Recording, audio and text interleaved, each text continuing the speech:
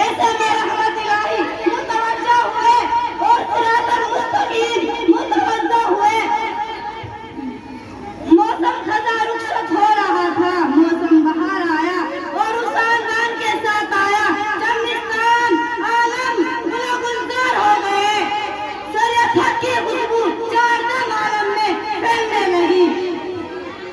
پیغمبر صلی اللہ علیہ وسلم ایک کامل شریعت لے کر اس دنیا میں تشریف لائے.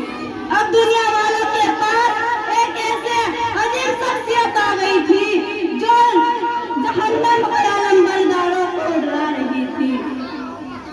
اب ان سے ایک ایسا انسان اس دنیا میں آ گیا تھا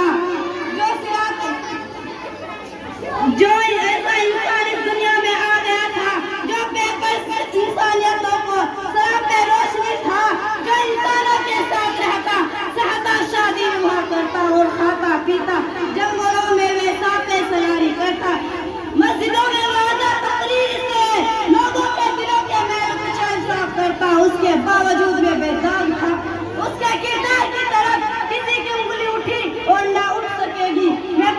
آئیے ہمارا بھی اللہ سے دعا کرے کہ ہمیں بھی اس راستے پر چلائے. میں اپنی تقریر یہیں پر ختم کرنا چاہتی ہوں. آخر دعوانا ان الحمدللہ رب العالمین.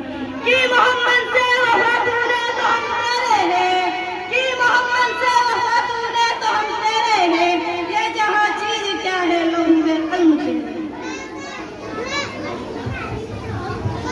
ماشاءاللہ بہت اچھے.